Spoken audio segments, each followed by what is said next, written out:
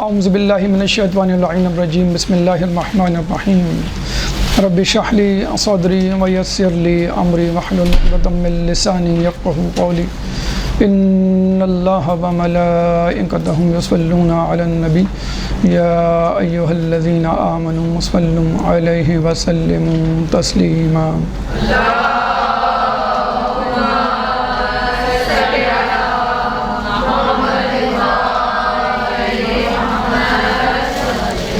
Depression یا شدید رنج و غم کے حوالے سے ہماری گفتگو کا سلسلہ جاری تھا۔ پہلی نشست میں ہم نے رنج و غم اور اس کی شدت یعنی ڈپریشن کے بارے میں گفتگو کی، اور اس کے بعد اس سے ملتی جلتی اصطلاحات ٹینشن، فوبیا، اسٹریس، فرسٹریشن اور اس قسم کی ملتی جلتی پریشانیاں، خوف، نفسیاتی مسائل آپ کے سامنے پیش کیے تاکہ رنج و غم کو اور ڈپریشن کو اس سے ممیز کیا جا سکے۔ اثرات آپ کی زندگی پر جسمانی طور پہ، روحانی طور پہ کیا مرتب ہوتے ہیں، کس طرح یہ ڈپریشن، رنج و غم انسان کو گھلا دیتا ہے، کس طرح انسان کی روح کو، اخلاق کو داغدار بنا دیتا ہے، یہ بتلایا گیا۔ اس کے بعد وجوہات اور علاج ساتھ ساتھ عمومی یا خارجی وجوہات بتلائی گئیں، جس میں سے پہلی رغبت دنیا اور دوسری رغبت اشیاء مردمی، یعنی رغبت دنیا یعنی حب دنیا، شدید دنیا کی خواہش، اور دوسرے نمبر پہ جو لوگوں کے پاس چیزیں ہیں اس کی خواہش ہونا کہ یہ مجھے مل جائے۔ اب آئیے اندرونی وجوہات، انٹرنل فیکٹر جو انسان کی اپنی ذات کے حوالے سے ہے، وہ کس طرح انسان کے لیے ڈپریشن کا سبب بنتا ہے۔ بڑا اچھا جملہ میں نے کہیں پڑھا تھا، اب نہیں معلوم کہ یہ روایت ہے یا جملہ ہے، ریفرنس میرے ذہن میں نہیں، کہ انسان کی زندگی اس کے حالات نہیں، خیالات بدلتے ہیں۔ ہم الزام دیتے ہیں حالات ٹھیک نہیں ہیں، گھر کے حالات، ملک کے حالات، معاشرے کے حالات، حالانکہ it is all about your mind set.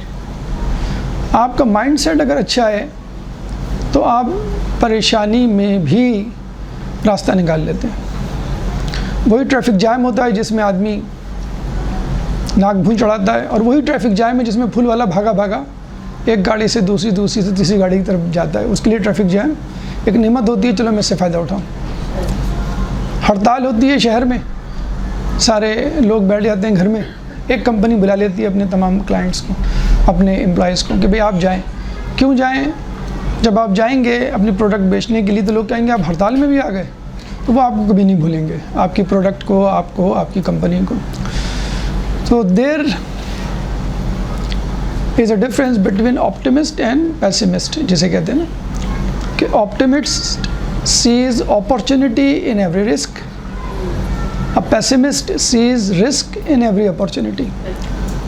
حسن ظن رکھنے والا ہر خطرے میں موقع تلاش کر لیتا ہے، اور سوء ظن رکھنے والا ہر موقع میں خطرہ بھانپ لیتا ہے۔ تو آپ کے اندر، آپ کے ذہن، آپ کے قلب، آپ کی شخصیت، آپ کے کردار، آپ کی روش، آپ کے بیہیویئر، آپ کی روٹین، آپ کے معمولات، آپ کے برنامے میں کیا ایسا چینج آئے کہ جس سے آپ کا ڈپریشن ختم ہو جائے اور آپ کامیابی کی طرف گامزن ہوں۔ تو 12 وجوہات انشاءاللہ ہم آپ کے سامنے پیش کرنے جائیں گے، 12 اندرونی وجوہات بما علاج ڈپریشن کے حوالے سے۔ نمبر 1، خواہش۔ ہزاروں خواہشیں ایسی کہ ہر خواہش پہ دم نکلے، بہت نکلے میرے ارمان لیکن پھر بھی کم نکلے۔ تو یہ سمجھ لیجئے پہلے کہ خواہش کیا ہے۔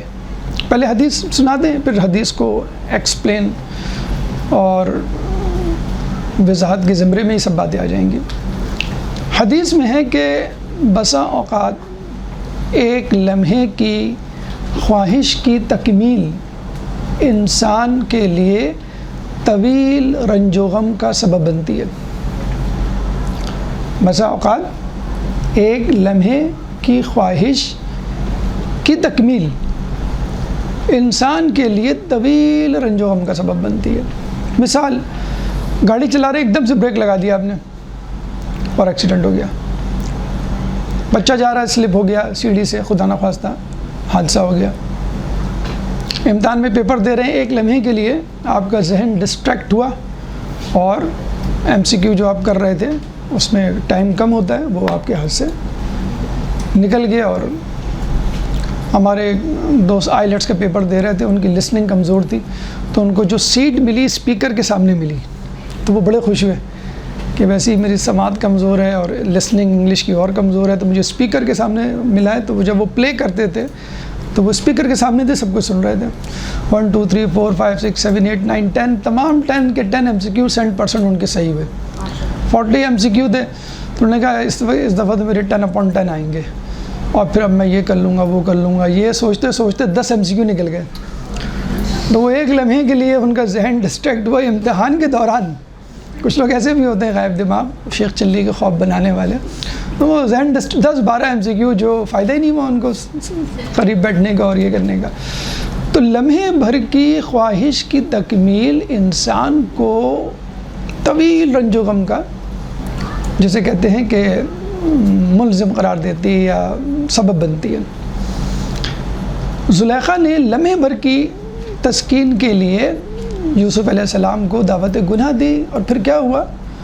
ہمیشہ کے لیے ایک ذلت و گمنامی اور رسوائی میں چلی گئی کہ قرآن تک میں اس کا تذکرہ. یوسف علیہ السلام زندان میں ڈالے گئے لیکن پھر بھی سرخرو ہو کے نکلے. وہ تو ایک الگ بات کہ اللہ نے پھر زلیخا کو توفیق دی تائب ہونے کی اور اس نے توبہ کی.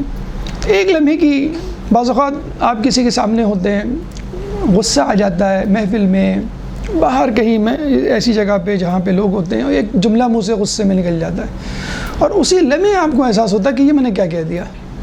اب وہ جسے کہتے ہیں نا کہ تیر، کمان سے نکلا ہوا تیر اور زبان سے نکلی ہوئی بات. کہتے ہیں کہ جہنم میں زیادہ تر لوگ اپنی زبان کی وجہ سے جائیں گے. مولا کا قول ہے کہ انسان اپنی زبان کے نیچے چھپا ہوا ہے. جب انسان بولتا ہے تو پتہ چلتا ہے کہ یہ کس نظریات کا حامل ہے اور کس کردار کا حامل ہے، کیا اوقات ہے اس کی اور کیا فضیلت ہے اگر پازیٹیو ہے. ایک اور جگہ آیا ہے کہ جہاں بات کرنا غیر ضروری ہو وہاں خاموشی فصاحت ہے. ہم تو ہر بات، ہر واٹس ایپ کے میسیج کا جواب دینا واجب سمجھتے ہیں نا. کچھ ایسے میسیجز ہوتے ہیں جس میں ہاں کرنی چاہیے ننا، کوئی ایموجی دینے کی ضرورت نہیں ہے، کوئی تھمس دینے کی ضرورت نہیں، کچھ بھی دینے کی ضرورت نہیں، کوئی رسپانس دینے کی ضرورت نہیں ہے، لیکن پھر بھی ہم دے رہے ہوتے ہیں زبردستی کہ ہم بھی شامل ہو جائیں اس لوپ میں کہ بھی ہم بھی محفل میں دیں. تو جہاں بات کرنا غیر ضروری ہو وہاں پہ خاموشی فصاحت ہے. خیر بہرحال، تو لمحے بھر کی خواہش کی تکمیل انسان کو طویل رنج و غم میں مبتلا کرتی. طویل یعنی عمر بھر بعض اوقات انسان جو ہے پچھتاتا تھا کہ میں نے ایسا کیوں کیا، میں نے ایسا کیوں کہا. اچھا، یہ تو خواہش کی تکمیل میں طویل رنج و غم. اس کا ریورس کر لیں آپ. اگر آپ خواہش کی تکمیل لمحے بھر کی غلطی نہیں کرتے تو یہی چیز یعنی گناہ سے بچنے کا ثواب آپ کو پتہ نہیں کہاں لے جاتا ہے. مثلا رجب علی قیاد، کسی نے ان سے پوچھا کہ آپ بہت بڑے عالم تو نہیں ہیں، اور حقیقتاً بہت بڑے عالم نہیں تھے، بلکہ عالم ہی شاید نہیں تھے باقاعدہ، لیکن عارف تھے بہت بڑے، اور اتنے بڑے عالم تھے کہ ان کو پتہ چل جاتا تھا کہ میرے اور خدا کے درمیان حجابات آ گئے ہیں. کچھ لوگ ہیں آپ کو معاشرے میں مل جائیں گے، ان سے گفتگو کریں تو وہ بتا سکتے ہیں ہم کو کہ آج کل میرا ایمان نیچے جا رہا ہے یا اوپر جا رہا ہے. یہ بھی ایک بہت بڑی کامیابی ہے، فتح ہے کہ آپ کو پتہ چل جائے کہ میرے ایمان میں آج کل اضافہ ہوا ہے. یا مثلا آپ زیارت حج عمرہ کرنے جاتے ہیں تو آپ کو واضح طور پہ محسوس ہوتا ہے واپسی پہ کہ میرے ایمان میں اضافہ ہوا ہے. اس طرح عام دنوں میں بھی پتہ چل جاتا ہے. اگر آپ تھوڑی سی توجہ دیں، فوکس کریں اپنے نفس پہ، تو اتنے بڑے وہ تھے عارف کہ ان کو پتہ چل جاتا تھا کہ میرے خدا کے درمیان دوری آ گئی. مثلا میں بتاؤں میاں بیوی کے درمیان جو انڈرسٹینڈنگ ہوتی ہے پتہ چل جاتا ان کو کہ موڈ آف ہے, کوئی مسئلہ ہے. اسی طرح والدین اور بچوں کے درمیان اچھی بانڈنگ ہے اگر, تو ماں باپ کو پتہ چل جاتا ہے کہ بچے کا موڈ آف ہے, بچی ناراض ہے, یا بچوں کو پتہ چل جاتا ہے. تو اس طرح اگر بندے اور اللہ کے درمیان اچھا کمیونیکیشن ہو, ربط ہو, تو بندے کو پتہ چل جاتا ہے کہ اللہ نے آج کل مجھے میرے حال پہ چھوڑا ہوا ہے. تو رجب علی خیاط کو پتہ چل جاتا تھا کہ میرے اور اللہ کے درمیان حجابات آ گئے ہیں. 90,000 ظلماتی حجاب, 90,000 نورانی حجاب, 180,000 حجابات ہیں ہمارے اور اللہ کے درمیان. جب ہم نیکیاں کرتے ہیں ایک ایک کر کے 90,000 حجابات ہٹتے چلے جاتے ہیں, تصویر واضح ہوتی چلی جاتی ہے. اگر حجاب ہٹ جائیں, بادل ہٹ جائیں, تو سورج واضح ہو جاتا ہے نا. اسی طرح جب آپ گناہ سے کنارہ کشی کرتے ہیں, ایک ایک ایک کر کے تمام گناہ چھوڑنے لگتے ہیں, تمام گناہ جب چھوڑ جاتے ہیں تو بالکل حقیقت ایسی ہو جاتی ہے جیسے آپ اور میں بیٹھے ہوئے آمنے سامنے, اس طرح خدا اور آپ. تو رجب علی خیاط سے پوچھا کہ آپ کے اندر اتنی جلدی اور اتنا زیادہ معرفت کا سمندر کیسے سمویا اتنی سی عمر میں اور اتنی جلدی اور اتنے سے کم علم میں. دیکھیں یہ ہمارے اور آپ کے لیے ایک میسیج ہے, ایک پیغام ہے, جو ہم سمجھتے ہیں نا کہ بھی ایران جائیں گے, عراق جائیں گے, 15 سال پڑھیں گے, معمم ہوں گے, ممبر پہ بیٹھیں گے, تفسیر پڑھیں گے, حدیث پڑھیں گے, منطق پڑھیں گے, پھر کہیں جا کے نہیں. کم علم میں بھی انسان آگے بڑھ سکتا ہے. تو رجب علی خیاط سے پوچھا کسی نے کہ آپ کیسے بڑھے؟ ابھی میں بات کر رہا ہوں ایک لمحے کی خواہش کی تکمیل انسان کو طویل رنج و غم, کوئی بھی خواہش. تو رجب علی خیاط نے کہا کہ میرے خاندان کی ایک لڑکی مجھ پر فریفتہ ہو گئی نوجوانی کے دور میں. ایک دفعہ اس نے مجھے گھر میں بلایا, گھر میں کوئی نہیں تھا, دعوت گناہ دی. وہی مرحلہ آ گیا یوسف اور زلیخا والا. تو کہنے لگی کہ میں بھاگا دروازے کی طرف, اور یہ سوچتے ہوئے بھاگا, یہ دعا کرتے ہوئے بھاگا کہ اے اللہ, اگر میں آج اپنے آپ کو اس گناہ سے بچا لوں گا تو اس گناہ سے بچنے کے اجر کے طور پہ تو مجھے اپنی شاگردگی میں لے لے, اور آج سے تو میرے نفس کا تربیت کرنے والا بن جا, یعنی میری تربیت خود اپنے ہاتھوں میں لے لے. اب جب ہاتھ خدا کا ہو تو ڈوبنا کیا, اللہ تعالیٰ تو پھر فرش سے عرش پہ پہنچا سکتا ہے. تو جب بھی کوئی گناہ, کہتے ہیں یہ بھی ایک بڑی عجیب دعا ہے, آپ گناہ سے بچیں یا کوئی نیک کام کریں, بجائے جنت مانگنے کے آپ یہ مانگ لیں کہ اللہ میرے اور تیرے درمیان حجابات ہٹ جائیں, میں تیرے قرب کا سزاوار بن جاؤں. ہم جو کہتے ہیں نا قربتاً اللہ, جب بھی کوئی دعا کام کرتے ہیں, نماز پڑھتے ہیں, روزہ رکھتے ہیں, تو ہم یہ تھوڑی کہتے ہیں جنت کے لیے, ہم کیا کہتے ہیں قربتاً اللہ, کیونکہ جنت میں بھی تو درجات ہیں. کسی روایت کے مطابق 100, کسی روایت کے مطابق 1000, کسی روایت کے مطابق قرآن کی آیات کے برابر یعنی 6000 سے زیادہ. تو جو اعلیٰ ترین درجہ ہے وہ اللہ کے قریب ترین کا درجہ ہے. اور چھٹے امام جعفر صادق علیہ السلام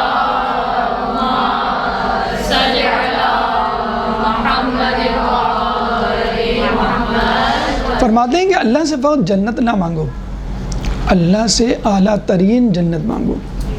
کون سی جنت جو اللہ کے قریب ترین ہوگی؟ کون سی جنت جس میں اہل بیت ہوں گے, جنت میں ہوں اور کوسوں دور ہوں اہل بیت سے, فلائٹ پکڑ کے 14 گھنٹے کی جانا پڑے اور پھر ملیں. ایک وہ جنت کے آپ گھر سے نکلیں, السلام علیکم یا امیر المومنین کہتے ہوئے, کیا حال ہے, خیریت سے, وہ اس جنت کا ہے.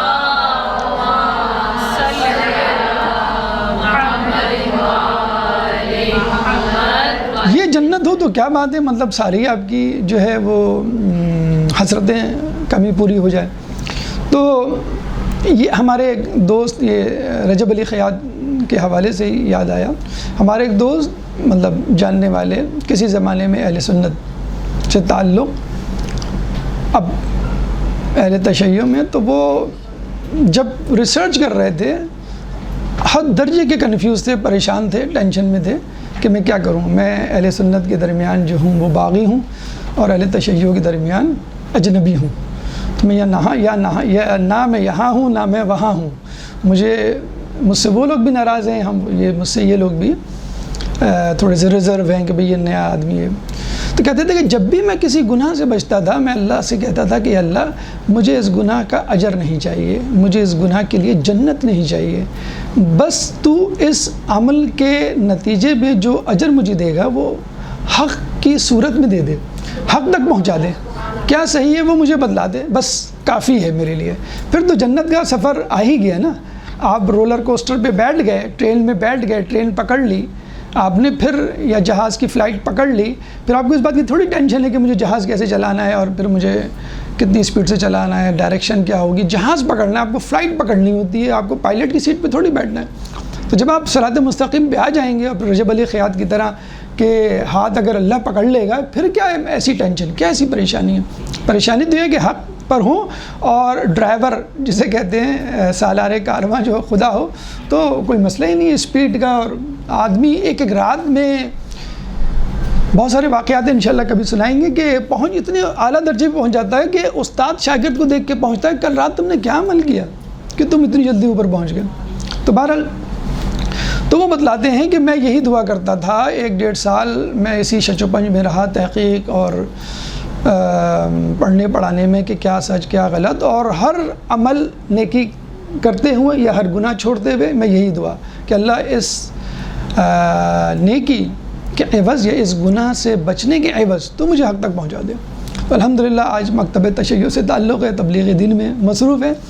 تو یہ بھی ہوتا ہے کہ آپ اللہ سے یہ دعا مانگیں کہ میرے مراتب بڑھا دے، یعنی آپ استاد کو کہیں گے استاد میں اچھے نمبر لاؤں گا تو آپ مجھے پڑھائیں گے 1 to 1 اسپیشل ٹائم دیں گے، استاد راضی ہو جائیں، آپ کے اچھے نمبر آ جائیں، پھر آپ کی کتنی جلدی جیسے کہتے ہیں کہ پروگریس ہوگی۔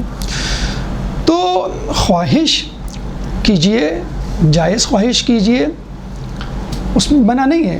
انسان کا نفس جو ہے 4 حصوں سے بنا ہے، قوت شہوت، قوت غضب، قوت عقل، قوت وہم۔ تو چاروں قوتیں موجود ہیں۔ قوت شہوت یعنی خواہش، کھانا پینا سونا جسمانی لذتیں، یہ ایک ریکوائرمنٹ ہے آپ کے خاکی، آپ کے مادی ہونے کی وجہ سے، لیکن کتنی ریکوائرمنٹ ہے بس یہاں پہ مس کیلکولیشن ہو جاتی ہے، انسان سے عمر بھر مس کیلکولیشن ہو جاتی ہے۔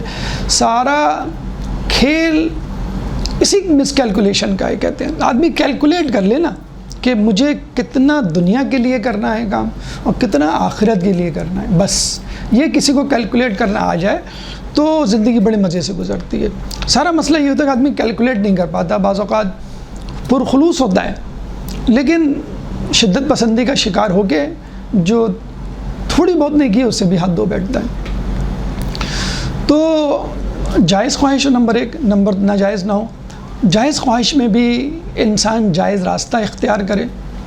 اور ایک اور چیز خواہش کے حوالے سے، یہ تو گناہ اور نیکی کے حوالے سے ہو گئی، کچھ خواہشیں ایسی ہوتی ہیں جو بظاہر گناہ تو نہیں ہوتی لیکن گناہ کی طرف لے جاتی ہیں اور رشتے ناتوں میں پریشانی کا سبب بنتی ہیں۔ مثلا میں ایک مثال دوں، اسراف۔ اگر بیوی بے جا اسراف کرے تو لڑائی جھگڑے ہوں گے گھر میں، شوہر کو مجبور کیا جائے گا بھئی آپ کم کما رہے ہیں، زیادہ کما کے لائیں، میں نہیں جانتی جہاں سے بھی لائیں، فلاں اتنے کما رہا ہے اتنے کما رہے ہیں، تو پھر شوہر جو ہے وہ حلال حرام چھوڑ دے گا اور بس کمائے گا کہ گھر میں کم از کم ایک سکون ہو، ہارمونی ہو، اور پھر وہ حرام کی طرف چل پڑے گا۔ بڑا اچھا فارمولہ خواہشات کے حوالے سے کہ خواہشات، جائز خواہش کی بات ہو رہی ہے، اگر خواہشات ہیں اب ہم کیسے ڈیسائیڈ کریں کہ کون سی خواہش ہے جس کو ایڈریس کرنا چاہیے، جس کو فلفل کرنا چاہیے، جس کے لیے بھاگ دوڑ کرنی چاہیے، کون سی خواہش ہے جس کو ڈیلیٹ کر دینا چاہیے۔ ایک وائرس ہے وہ، اگر رہا پورے سسٹم کو خراب کر دے گا۔ کوفے کا جوڑا اور مولا کا فارمولہ۔ ایک دفعہ مولا کوفے میں دربار لگائے، دربار شاہی نہیں، دربار ولایت لگائے بیٹھے تھے، تو ایک جوڑا داخل ہوا اندر، آپس میں نوک جھوک لڑائی جھگڑا کرتے ہوئے، تو میں کرتے ہوئے۔ تو مولا کے سامنے آگے کہنے لگے، عورت نے کہا، اس کی زوجہ نے جو آیا تھا جوڑا، مرد کی طرف اشارہ کر کے، یہ مجھے خرچہ نہیں دیتا، اس کو بولیں کہ مجھے خرچہ دیا کرے۔ تو مولانا نے کہا تم خرچہ کیوں نہیں دیتے ہیں؟ اس نے کہا میں تو اس کو دیتا ہوں خرچہ، ہر مہینے خرچہ دیتا ہوں، لیکن کہتی مجھے اور دو۔ مولانا نے اس سے پوچھا کہ بھئی کیا مسئلہ؟ یہ تو کہہ رہا دیتا ہوں، کہ نہیں یہ پورا نہیں دیتا، کم دیتا ہے۔ تو اس مرد نے کہا مولا آپ میرے محلے میں کسی کو بھجوا کے تصدیق کروا لیں، میں اپنے محلے کا، اپنے شہر کا متمول ترین شخص ہوں، غریب یا اوسط درجے کا نہیں، کھاتا پیتا اور امیر طبقے میں میرا شمار ہوتا ہے، اور اس کو میں جو خرچہ دیتا ہوں وہ بھی بہت زیادہ ہے، لیکن یہ پھر بھی مجھ سے جھگڑتی ہے کہ خرچہ پورا نہیں ہوتا، آپ اور لائیں۔ جیسے ہمارے یہاں نہیں، آخری 10 دنوں میں جو گھروں میں لڑائیاں ہوتی ہیں، سر پٹول ہوتا ہے، 10 دن میں جو ہے وہ بڑی ہارمونی ہوتی ہے، بڑی خوشیاں ہوتی ہیں، پیزا ویزا آ رہا ہوتا ہے، بروسٹ اور ڈائننگ آؤٹ، ڈائننگ ان، 10 دن میں ختم ہو جاتا ہے۔ 10 دن میں تھوڑا سا آدمی کی خاموشی چھا جاتی ہے چہروں پہ، اور آخری 10 دن میں تلواریں نکل آتی ہیں۔ تو وہ عورت کہہ رہی ہے کہ یہ بھی صحیح کہہ رہے ہیں میرے شوہر، یہ متمول ترین لوگوں میں ان کا شمار ہوتا ہے اور یہ خرچہ بھی مجھے دیتے ہیں، لیکن خرچہ پورا نہیں ہوتا، یہ بھی حقیقت ہے۔ تو اب مولا جو ہے انہوں نے ایک جملہ کہا کہ دیکھو اگر ضرورتوں کو ذہن میں رکھو گی تو خرچہ پورا ہو جائے گا، اور اگر خواہشات کو ذہن میں رکھو گی تو خرچہ پورا نہیں ہوگا۔ سبحان اللہ۔ سبحان اللہ کو بھی آپ سنبھال کے رکھیں، ابھی اسٹوری فنش نہیں ہوئی ہے، کہانی ختم نہیں ہوئی ہے۔ اب یہ جوڑا پلٹا، اور جیسے ہی پلٹا پھر عورت دوبارہ یو ٹرن لے کے واپس آئی کہ مولا یہ تو بتائیے خواہشات اور ضرورت میں فرق کیسے کروں؟ یہ ہے سوال، $1 ملین کوسچن جسے کہتے ہیں۔ ٹھیک ہے، آپ نے بتا دیا ضرورت پہ فوکس کرو تو پورا ہو جائے گا، خواہشات پہ پورا کرو تو نہیں پورا ہوگا۔ اب آپ جملہ مولا کا جتنا خوبصورت سوال ہوتا ہے، ہمارے مولا کا بھی جواب بھی اس سے زیادہ خوبصورت ہوتا ہے۔ تو مولا نے کہا کہ جو چیز تمہیں گھر میں یاد آئے وہ ضرورت ہے، اور جو چیز تمہیں بازار میں یاد آئے وہ خواہش ہے۔ ہوتا ہے کہ نہیں؟ آپ جاتے ہیں سپر مارکیٹ، صابن لینے جاتے ہیں، آپ دال لینے جاتے ہیں، برش لینے جاتے ہیں، مارکیٹ گئے ایک جوڑا لینے گئے، آپ 3000 روپے جیب میں ڈال کے، اب جب وہاں گئے باجی اٹلی کا جوڑا آیا ہے، اٹلی سے کپڑا آیا ہے، باجی جو ہے وہ فلاں جگہ سے آیا ہے، شیمپو ایک نیا آ گیا، اس میں ڈینڈرف بھی ہے اور یہ بھی ہے، دالوں کے ساتھ اور بھی چیزیں آ گئیں، تو آپ کہتے ہیں یہ بھی لے لیں، یہ بھی لے لیں، یہ بھی لے لیں، تو بجٹ سے پھر آؤٹ ہو جاتا ہے۔ اگر کسی کے پاس کریڈٹ کارڈ ہے تو وہ بیچارہ پھنس گیا، کریڈٹ بھی چڑھ گیا، پھر اور مسئلے مسائل۔ یہ حقیقت ہے۔ آپ گھر میں ہوتے ہیں تو آپ کو اتنے کا جوڑا چاہیے ہوتا ہے، ایسا جوڑا چاہیے ہوتا ہے، یہ کھانا چاہیے ہوتا ہے۔ آپ نے جو ہے وہ فوڈ ڈیلیوری، فوڈ پانڈا یا جو بھی ہے وہ کھولا تو بولا اتنی لسٹ، اتنی جسے کہتے ہیں کہ ٹیمپٹنگ، ٹینٹلائزنگ جسے کہتے ہیں کہ آفرز، آپ یہ منگا لیں، یہ بھی منگا لیں۔ اچھا اب بازار جانے کی بھی ضرورت نہیں ہے، مسئلہ تو یہی ہے۔ مولانا نے تو کہا تھا جو چیز بازار جا کر یاد آئے، یہاں تو بازار خود گھر میں آ گیا ہے، آپ نے موبائل لیا اور بس امی غلطی سے بٹن دب گیا تھا، کیا کروں میں نے منگا لیا ہے، دینا پڑیں گے آپ کو پیسے۔ تو جو چیز گھر میں یاد آئے وہ ضرورت ہے، اور جو گھر سے باہر یاد آئے، آپ تقریب میں جائیں، آپ نے پورا زور لگا کے اچھا سا موبائل خرید لیا، جیسے ہی گئے تو آئی فون 14 پرو میکس 1 ٹیرا بائٹ، 7.25 لاکھ روپے کا ہے، 7.25 لاکھ روپے کا لمٹ ہے، limit is the sky is the limit. وہ تو آپ جہاں چلتے چلے جائیں گے، وہ بڑا اچھا ہے۔ مجھے یہ نہیں معلوم روایت ہے کیا ہے، جب بھی تم دنیا کے پیچھے جاؤ گے اپنے سے بدتر کو وہاں پاؤ گے۔ کتنا عجیب جملہ ہے۔ جیسے ہم نہیں کہتے کہ بھائی جب نیکی کمانے نکلیں گے آپ کو اپنے سے بہتر لوگ ملیں گے۔ آپ مدرسے آتے ہیں کہ ابھی مجھ سے بہتر تو کوئی نہیں، پورے خاندان میں میں ہوں جو مدرسے میں پڑھ رہی ہوں اور صحیح حجاب کرتی ہوں۔ جب مدرسے میں آتی ہیں تو آپ سے بڑے بڑے کھلاڑی، آپ کہتے ہیں میں تو اپنے آپ کو، پھر آپ ایران عراق جاتے ہیں آپ تو کہتے ہیں مجھ سے بڑے بڑے لوگ۔ تو اسی طرح جب آپ دنیا کمانے نکلتے ہیں، جب آپ دنیا کمانے نکلتے ہیں تو آپ کو اپنے سے بدتر کا مطلب ہے، آپ نے تو کہا تھا بھی مجھے یہ مل جائے، دوسرا ہے کہ مجھے 10 مل جائے، مجھے 100 مل جائے۔ آپ نے کہا میں چھوٹی موٹی کرپشن کر سکتا ہوں، توریا کر سکتا، تقیہ، اس نے کہا نہیں ہم تو جھوٹ بولتے ہیں اور دھڑلے سے بولتے ہیں، کوئی مسئلہ نہیں ہے، اور یہ اور وہ، تو یہ سارے مسئلے ہیں۔ تو آپ بازار جائیں گے، دنیا میں گھومے پھریں گے تو آپ کو پھر ایسی ایسی چیزیں ملیں گی، آپ کہیں گے میں پوری زندگی اس میں لگا دوں تو بھی میری خواہش پوری نہ ہو۔ ہوتا ہے نا، موبائل خریدتے ہیں ہم بڑے خوش ہوتے ہیں، 2 دن کی خوشی ہوتی ہے، 1 مہینہ نہیں گزرتا آپ پلان بنانا شروع کر دیتے ہیں ذہن میں، مجھے یہ نہیں، مجھے یہ والا چاہیے، اتنی میموری کا چاہیے، اس کا اتنا ڈسپلے ہو، اب میں جو موبائل لوں گے۔ ڈریس آپ پہن کے جاتے ہیں محفل میں، ایک اس سے اچھے ڈریس، آپ منہ چھپاتے پھر رہے میں یہ کیا ڈریس پہن کے آ گئی۔ تو جب تک آپ دنیا والوں پہ نظر رکھیں گے اس وقت تک آپ دنیا کے پیچھے بھاگتے، آپ کو بادشاہت بھی مل جائے گی نا تو آپ کہیں گے کہ مجھے ایک اور ملک اس میں آ جائے۔ اس طرح آپ نئے گھر میں شفٹ ہوتے ہیں نا، کہتے ہیں 1 کمرہ کم ہے، 1 کمرہ اور ہوتا تو پلے روم بنا دیتے، ایک کمرہ اور ہوتا، ہم اس کو اسٹڈی روم بنا دیتے، ایک کمرہ کم ہے. تو آپ کو محل بھی مل جائے گا، آپ کہیں گے نہیں ایک کمرہ کم ہے. بادشاہت مل جائے گی، آپ کہیں گے کہ بھئی مجھے ایک اور ملک مل جاتا اور ایک اور علاقہ مل جاتا فلاں جگہ کا. تو جو چیز گھر میں یاد آئے وہ ضرورت ہے، اور جو چیز بازار جا کے یاد آئے، یعنی محفل میں یاد آئے یا بازار آپ کے موبائل میں انٹرنیٹ پر آ جائے، بات تو وہی ہو جاتی ہے، وہ آپ کی خواہش ہے. تو پھر وہی بات ہے کہ ہزاروں خواہشیں ایسی کہ ہر خواہش پہ دم نکلے، بہت نکلے میرے ارمان. وہ خواہش جو ہے وہ کبھی پوری نہیں ہوتی. ضرورت پہ فوکس کریں گے تو خواہش پوری ہو جائے گی. ایک درود پڑھ دے محمد والے میں.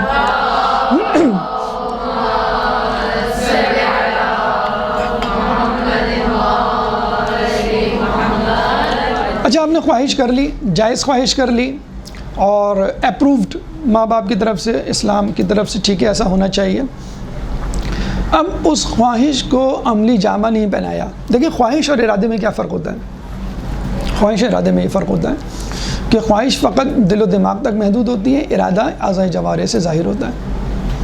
اگر آپ نے خواہش کو ارادہ نہیں بنایا، قلوب اور اذہان میں موجود خواہشوں کے لیے اعضاء جوارح کو تیار نہیں کیا، تو پھر وہ خواہش ہی رہے گی، بلکہ حسرت میں تبدیل ہو جائے گی وقت گزرنے کے بعد. ارادہ نہیں بنے گی. ارادہ کسے کہتے ہیں؟ جب آپ پلان کرتے ہیں کہ مجھے صبح اٹھنا ہے تو میں الارم لگاؤں، مجھے صبح اٹھنا ہے امی کو بول دوں، میں مجھے صبح اٹھنا ہے تو رات میں کم کھاؤں، مجھے صبح اٹھنا ہے تو میں جلدی سوں. یہ سب مقدمات تیاری کریں گے تو اس کا مطلب آپ کا ارادہ ہے اٹھنے کا، ورنہ نہیں ہے. تو دوسری چیز جو انسان کو ڈپریشن میں، رنج و غم میں مبتلا کرتی ہے وہ ہے کوتاہی. کوتاہی کہہ لیں یا کاہلی کہہ لیں. حدیث میں ہے کہ عمل میں کوتاہی رنج و غم کا سبب بنتی ہے. عمل میں کوتاہی رنج و غم کا سبب بنتی ہے. اب یہ کوتاہی دنیاوی بھی ہو سکتی ہے، دینوی بھی ہو سکتی ہے. دینوی اگر ہوئی، نماز میں ڈنڈی ماریں گے آپ. دیکھیں کوتاہی بھی کوانٹٹی وائز ہوتی ہے، کوالٹی وائز ہوتی ہے. کوانٹٹی وائز کیا ہوتی ہے؟ آپ کو فجر میں 2 رکعت نماز نافلہ، 2 رکعت نماز فجر پڑھنی تھی واجب. آپ نے کہا بس 2 رکعت کافی ہیں، 4 رکعت پڑھیں گے تو نیند غائب ہو جائے گی، پھر نیند نہیں آئے گی. جس کے لیے اٹھے تھے آپ نے کہا کہ جلدی سے پڑھ کے، آپ نے نماز پڑھی، تعقیبات نہیں پڑھی، نماز پڑھی، دعائیت نہیں پڑھی، نماز پڑھی، زیارت نہیں پڑھی. ابھی کیا ہے؟ Quantity wise. اور کوالٹی وائز کیا ہے؟ آپ نے 2 رکعت نماز اس طرح پڑھی کہ آپ کو پتہ چل جائے کہ کیا پڑھا. حدیث میں ہے کہ انسان 2 رکعت نماز پڑھے اور اس کو پتہ چلے کہ اس نے کیا پڑھا، اللہ اس کے سارے گناہ معاف کر دے گا. 2 رکعت نماز ہے چست اللہ ہمارے لیے بہت شرم کا مقام ہے کہ 2 رکعت نماز ہم عمر بھر نہیں پڑھ پاتے، کہ پوری نماز میں فوکسڈ رہیں. لوگ ایسے بھی گزرے ہیں کہ جو نماز پڑھتے تھے، پھر نماز پڑھنے کے بعد کہتے تھے مزہ نہیں آیا، ایک اور مرتبہ پڑھتے ہیں. پھر پڑھتے تھے، پھر کہتے تھے نہیں مزہ نہیں آیا، پھر دوبارہ پڑھتے تھے. جیسے ہم نہیں کہتے ہیں آئس کریم کھا لی دل نہیں بھرا، ایک اور آئس کریم، اور کھا لی ایک اور آئس کریم. تو ایسے لوگ گزرے تاریخ میں کہ جو نماز بار بار پڑھتے تھے کہ نہیں مزہ نہیں آیا، فوکس نہیں تھا، توجہ نہیں تھی اور خشوع خضوع نہیں تھا، وہ دوبارہ پڑھتے تھے. ایک شخص کی نماز فجر مس ہو گئی، اس نے 20 مرتبہ نماز فجر پڑھی. ہم کیا کہتے ہیں گھڑی دیکھ کے، اوہ 7 بج گئے، چلو اب تو قضا ہو گئی، کیا مسئلہ، اب تو قضا کے لیے تو کوئی ٹائم تھوڑی کہ فوراً پڑھیں گے بعد میں پڑھیں. حالانکہ جو مشوش ہوگا، متوجہ ہوگا، متوجہ دل میں خوف رکھے گا، وہ فوراً وضو کر کے 7 بج رہے ہوں 8 بج رہے ہوں یہ نماز کیسے قضا ہو گئی. انشاءاللہ امید ہے کہ اللہ اس کو دے گا. سفر میں ہوتے ہیں نا آپ، آتے ہی فوراً واش روم گئے، وضو کیا اور جلدی سے نماز پڑھی. ایک ہوتا ہے بس سکون سے لیٹ گئے، کھانا پینا، چائے بھائی، ہاں نماز یاد آیا، نماز بھی تو پڑھنی ہے. تو کوانٹٹی وائز کوالٹی وائز کوتاہی انسان سے ہوتی ہے، دین کے معاملات میں بھی، دنیا کے معاملات میں بھی. دین کے معاملات میں کیا ہوگی؟ جو بہت ہی ناکام لوگ ہیں، بالکل 0 میٹر والے، وہ کیا کہیں گے؟ یا لیتنی کنت ترابا، کاش میں مٹی میں ہوتا. آپ کو یہ سن کے حیرت ہوگی کہ جو لوگ جنت میں جائیں گے وہ بھی افسوس کریں گے. حالانکہ جنتیوں کے لیے تو کوئی افسوس نہیں ہے نا، وہ بھی افسوس کریں گے. کیا افسوس کریں گے؟ کاش میں ایک نیکی اور کر لیتا، کاش میں تھوڑی سی نمازیں اور پڑھ لیتا. بالکل ایسے ہی جیسے ایگزام کا جب رزلٹ نکلتا تو ہم کیا کہتے ہیں؟ تھوڑی سی محنت اور کر لیتے، فلاں جو کوسچنز رہ گئے تھے وہ بھی کر لیتے جو مس نے بتائے تھے، فلاں چیپٹر بھی کر لیتے، سی کی جگہ بی آتا، بی کی جگہ اے کی جگہ اے پلس کی جگہ. ہوتا ہے، ہر کسی کو ہوتا ہے. کاش ہم فلاں جگہ نہ جاتے، شادی میں نہ جاتے، دوستوں کے ساتھ ٹائم نہیں، یا کاش ہم شروع سال سے پڑھنا شروع کر دیتے. تو اسی طرح جنت میں جانے والوں کو افسوس ہوگا. ایک شخص جنت میں سیر کر رہا ہوگا، اس کو بتایا جائے گا کہ یہ، بلکہ وہ خود کہے گا کتنا خوبصورت محل ہے، یہ کون جنتی ہے، کس کا محل ہے؟ تو وہ آہ بھر کے فرشتہ کہے گا یہ آپ کا تھا. تو کہے گا یہ میرا تھا کیا مطلب؟ تو یہ میرا ہونا چاہیے. جنت میں جو چیز مل گئی کہے گا آپ کے لیے اپروو تھا، اسائن تھا، آپ کو دے دیا گیا تھا. کب؟ جب آپ نے سورہ علم نشرہ یاد کی تھی، پھر آپ بھول گئے. تو جب آپ نے یاد کی تھی تو یہ محل آپ کے نام کر دیا گیا تھا، پھر آپ بھول گئے تو وہ آپ سے واپس لے لیا گیا، پھر آپ کو توفیق نہیں ہوئی. تو جو شخص قرآن کا کچھ حصہ یاد کرے گا اور بھول جائے گا، ان لوگوں کے لیے کہا گیا ہے کہ ان کو دکھایا جائے گا یہ محل آپ کے لیے تھا، آپ نے قرآن کا فلاں فلاں سورہ حفظ کیا تھا اور یہ جو ہے آپ کے لیے بنایا گیا تھا. کچھ بچے ہوتے ہیں بچپن میں بہت سورہ یاد کر لیتے ہیں، 30واں پارہ پورا حفظ ہو جاتا ہے، پھر بڑے ہو جاتے ہیں، کیریئر، جاب، کاروبار وغیرہ وغیرہ، تو پھر کیا ہوتا ہے، وہ توفیق ہی نہیں ہوتی کہ دوبارہ ری وزٹ کریں اور دیکھیں کہ کیا قرآن کے سورے تھے جو ہم نے پڑھے تھے، یاد کیے تھے، ہم بھول گئے. ہر کسی کو یہاں بیٹھے ہوئے بشمول میں کچھ نہ کچھ ایسا حصہ ہوگا جو ہم ابھی بھولے بیٹھے ہوں گے. اگر ہمیں بتایا جائے، سورے کو سنایا جائے، آپ کہیں گے یہ تو ہمیں یاد تھا، یہ تو ہم تھوڑا سا اگر 5 منٹ آدھا گھنٹہ دیں تو انشاءاللہ یہ ہم دوبارہ ریکیپچر کر لیں گے، یاد کر لیں گے. تو جنتیوں کے ساتھ بھی یہ ہوگا. یہ کیا ہے؟ کوتاہی. دنیاوی معاملات میں بھی کوتاہی ہے اور دینی طور پہ بھی جسے کہتے ہیں کہ کوتاہی ہے. دیکھیں ہم نے تھوڑا سا یہ ذہنوں میں بٹھایا ہوا ہے بہت بطور مسلمان کہ انسان جو ہے وہ، مسلمان جو ہے وہ تھوڑے سے سست کاہل ہوتے ہیں. بٹھایا ہوا کیا ہے؟ Basically to be very frank ہیں ہم سست اور کاہل، اور پاکستانیوں کے حوالے سے بہت معذرت کے ساتھ بہت مایوس کن صورتحال ہے. حد سے زیادہ سست اور کاہل قوم ہے، مطلب میں شرمندگی کے ساتھ کہہ رہا ہوں. آپ چلے جائیں سوئٹزرلینڈ، آپ چلے جائیں انگلینڈ، آپ چلے جائیں کینیڈا، -33 ڈگری سینٹی گریڈ پہ بچے اسکول آئے ہوئے ہوتے ہیں. ہمارے یہاں 0 ڈگری ہو کے آپ فریز ہو جائیں گے گھر میں کہ بھائی میں فریز ہو گیا ہوں، میں نہیں آ سکتا. بارش ہو جائے، انگلینڈ میں لوگ چھتری لے کے نارملی گھر سے باہر نکلتے ہیں. بارش ہو گئی، آپ نے چھتری تان لی، ختم بات. یہاں بارش ہو جائے، بلکہ بادل آ جائیں کہ بھائی بادل آ گئے ہمارے یہاں، بس اب ہم نہیں آ سکتے، اب سب کچھ بند، مزدوروں کی مزدوری بند، آفس بند، سب کچھ بند ہو جائے گا.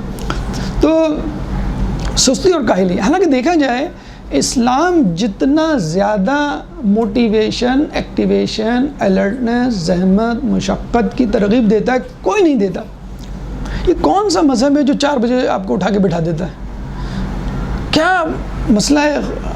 بعض اوقات دل میں آتا ہے اللہ تو 8 بجے رکھ دیتا، 9 بجے آفس ہوتا ہے، صبح اٹھتے 8 بجے نماز پڑھتے فجر کی 9 بجے. کنوینئنس نہیں، اللہ کنوینئنس ہی نہیں چاہتا آپ کے لیے. اللہ چاہتا ہے زحمت، مشقت.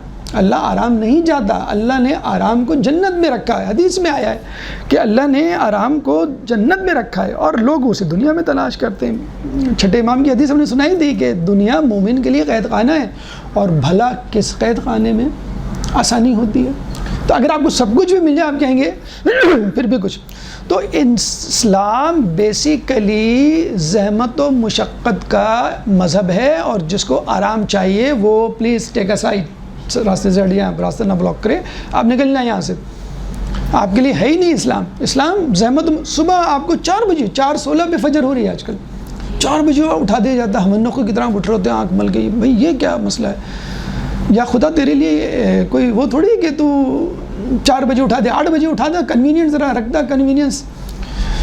پھر کہتا ہے کہ بھوکے رہو سال میں 1 مہینے. بھائی کس بات کو بھوکا؟ میں کھاتا پیتے گھرانے کا آدمی ہوں، مجھے کیا بھوک سے واسطہ نہیں. تمہیں بھوکے رہنا ہے، وہ بھی فجر سے لے کے مغرب تک. ارے مغرب سے فجر تک ہوتا تو ذرا سمجھ میں بھی آتا. آدمی گھر میں ہوتا ہے، ٹھنڈا ٹھنڈا ہوتا ہے، وہ سونا وونا بھی ہوتا ہے، گزر جاتا. تو رکھا بھی کون ٹائم ہے؟ فجر سے لے کے کوئی چانس ہی نہیں ہے آفس، اسکول اسکپ کرنے کا، یونیورسٹی اسکپ کرنے کا. جانا ہی ہے، کرنا ہی ہے جسے کہتے ہیں. تو خیر ہم نے کہا تو خدا ہے تو ہم بھی تیرے بنائے ہوئے بندے ہیں. ہم رات کو دن بنائیں گے، دن کو رات بنائیں گے، دن بھر سوئیں گے اور رات کو جاگیں گے. استغفر اللہ. تو اللہ تو چاہتا ہے، اللہ نے تو رکھا ہی آپ کو دن میں رکھا ہے کہ زحمت و مشقت اپنی روٹین. ٹھیک ہے تھوڑا بہت آپ کر لیں. اللہ تو خود کہتا ہے کہ بھئی اپنے غلاموں سے، اپنے ملازمین سے نرمی برتو، یعنی 3:30 بجے 5 کی بجائے آپ چھٹی دے دیں. لیکن ایک دم سے اس کو اپ سائڈ ڈاؤن کر لینا کہ دیکھیں ہم نے جو ہے آپ نے کہا صفا مروہ پہ دوڑو، ہم نے دیکھیں وہ ڈوجنگ کور کی طرح ہم نے وہ گاڑی بنا لی، اب اس میں جائیں گے ہم. حالانکہ آپ جا سکتے ہیں پیدل، نہیں بس ہم کیا کریں، وہ تھوڑا سا مسئلہ ہے ہمارے ساتھ، ہم نہیں چل سکتے، تھک جاتے ہیں ذرا. وہ ہو سکتا ہے اس میں بھی گنجائش رکھی ہے اللہ تعالیٰ نے، لیکن نیتوں کو تو حال اللہ جانتا ہے نا. حج کروا رہا ہے 2 کپڑوں میں عجیب مخنجو عجیب لگ رہے ہیں، 3 پیس سوٹ پہن کے ہم جاتے تھے، اگر کریز خراب ہو جائے تو فوراً پھینک دیا کرتے تھے کہ یہ کیسی تم نے اس طرح کی ہے. اور وہاں 2 کپڑوں میں بغیر سلے عجیب حالت میں باس اور اس کا چوکیدار، وہ بھی دونوں ایک ہی صورت میں. تو اللہ تعالیٰ تو چاہتا ہے آپ کو زحمت اور مشقت کا پتلا بنائے، آپ کو اپنے لباس کا ہوش نہ ہو، آپ کو اپنے کھانے کا ہوش نہ ہو، صرف لبیک اللہم لبیک، آپ کو فقط جو ہے اللہ کی طرف جو ہے حج عمرہ پھر زیارت. آپ کو کہا گیا پھر زیارت میں بھی اتنی ٹیمپٹیشن رکھی ہے کہ ایک زیارت کا 70 حج 70,000 حج کے برابر ثواب، کہ یہ بھی ایک زحمت ہے، مشقت ہے، آپ نکلیں اور زیارت کریں. اچھا جو کمائیں 20% نکالیں اس میں بچت میں سے، ابھی کمائی میری خرچہ ساڑھا نخرے لوگاں دے، یہ کیا بات ہوئی، میں کماؤں دوں دوسرے کو، نہیں یہ تمہیں دینا ہے.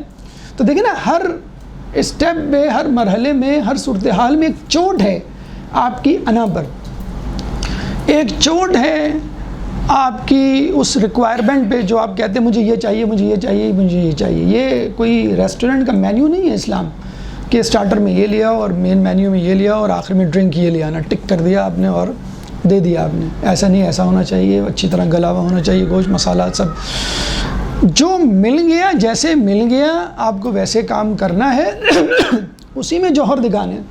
اگر آپ کہیں گے مجھے اللہ نے پاکستان میں کیوں پیدا کیا، ایران میں پیدا کرتا تھا کمفرٹیبل انوائرمنٹ میں ہی تو نہیں پیدا کرنا ہے آپ کو ایک بڑی اچھی ٹرم یوز ہوتی ہے آج کل، بہت زیادہ موٹیویشنل اسپیکر یوز کرتے ہیں، کمفرٹ زون، کہ جب تک آپ اپنے کمفرٹ زون سے باہر نہیں نکلیں گے آپ کامیاب نہیں ہوں گے. آپ ایک دوست بے روزگار دوست کے پاس جاتا ہے بھاگا ہاپتا کاپتا، میں نے تمہارے لیے جاب ڈھونڈ لی ہے، بہت زبردست جاب ہے، بہت اچھا پیکیج ہے، تم خوش ہو جاؤ گے، اور بس تم کل پہنچ جاؤ، بس ایک واجبی سے انٹرویو ہوگا صبح 9 بجے، اور پھر بس کل ہی سے جاب تمہاری سٹارٹ ہو جائے گی، بات میں نے کر لی ہے. تو بے روزگار دوست کہتا ہے 9 بجے، میں تو 12 بجے سو کے اٹھتا ہوں. تو ڈو دا ہیل ود تو ٹھیک ہے آپ سوئیے آرام سے، جو سوتا ہے وہ کھوتا ہے، اب وہ پنجابی والا ہو، اردو والا ہو، کوئی سا بھی کھوتا ہو. تو آپ جب تک اپنے کمفرٹ زون سے باہر نہیں نکلیں گے اس وقت تک نہ دنیا میں کامیابی حاصل کریں گے نہ دین میں کامیابی حاصل کریں گے. اللہ کو کیا پڑی تھی، ایک شخص 40 سال سے پرسکون انداز سے عبادت کر رہا ہے، اس کی بیوی ریچسٹ وومن ان عرب، اور اس کو کہہ رہا ہے کہ بس بہت ہو گئی عبادت، باہر آ جاؤ، غار ہرا سے باہر آؤ. مکے والوں کو ایک نمبر کے بدقماش بدماش اوباش لوگوں کو جنت میں لے کے جانا ہے، تم کو اکیلے نہیں جانا ہے تم کو. اب دیکھیں نا انبیاء ائمہ کا ہمیں بہت بڑا احسان، زیادہ احسان مند ہونا چاہیے کہ وہ اپنی عبادتوں کو چھوڑ کر ہمیں ٹائم دے رہے ہیں. یہ بالکل ایسا ہی ہے کہ کلاس میں ایک بچہ ہے جس کی بالکل شارٹ فرسٹ پوزیشن آنی ہے، اور ٹیچرز کو کہیں کہ بیٹا تم بہت پڑھتے رہتے ہو، تمہارا تو کوئی مسئلہ ہی نہیں ہے، تم تو پاس ہو جاؤ گے بڑے اچھے نمبروں سے، تمہیں روزانہ 2 گھنٹے نا وہ جو نہیں بیک بینچرز ان کو پڑھانا ہے. وہ کہے گا سر آپ مجھے کیوں کہہ رہے ہیں، اور میری اپنی پڑھائی کا حرج ہوگا. ہمیں معلوم ہے حرج ہوگا تھوڑا سا، لیکن جو تم پڑھا کے اپنے ساتھ ان کو پاس کرواؤ گے وہ سب کمپنسیٹ ہو جائے گا، تمہارا جو سبق ہے اور تم کو یاد ہو جائے گا. تو رسول اور انبیاء ائمہ یہ تو اپنے اپنے کام چھوڑ کر ہماری طرف متوجہ ہوئے ہیں. ان کو کیا پڑی تھی، کیا خدا نخواستہ اگر وہ ہم کو راہ راست کی دعوت نہ دیتے تو اللہ تعالیٰ ان سے امامت نبوت چھین لیتا یا ان کے درجات کر دیتا؟ نہیں، اللہ تو چاہتا ہے کہ نہیں تم تو جا رہے ہو، تم ان لوگوں کو بھی لے کے جاؤ. ورنہ جنگ میں وما رمیتا اذ رمیتا کوئی مسئلہ ہی نہیں. اللہ تعالیٰ رسول ویسے ہی کنکریاں مار دیتے، پہاڑ پہ سے پھینک دیتے، ہر جنگ میں یہی کرتے. وہ ایک تیر پھینکتے پھونک کے اللہ کا نام لے کر جنگ جیت جاتے. کیوں امام غیبت میں بیٹھا ہوا ہے، انتظار کر رہا ہے؟ کیا تلوار کافی نہیں اس کے پاس جو ذوالفقار ہے؟ نہیں، میں اپنے ساتھ اپنے چاہنے والوں کو بھی لے کے جانا چاہتا ہوں. تو کہنے کا مقصد یہ ہے کہ کمفرٹ زون میں نہ رہیے.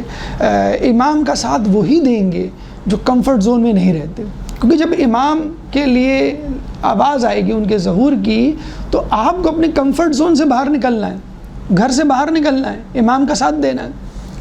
تو کوفے والوں کے ساتھ یہی ہوا تھا نا کہ کوفے والے اپنے کمفرٹ زون میں تھے. مسلم بن عقیل آئے ہوئے اور ان کو کوئی انٹرٹین نہیں کر رہا. آ گئے, استقبال کر لیا, اور پھر اس کے بعد انہوں نے کہا نہیں بھی میرے بیوی بچے, نہیں بھائی میں میری جائیداد, نہیں بھائی میرے غلام, میرے مویشی, میرا کاروبار.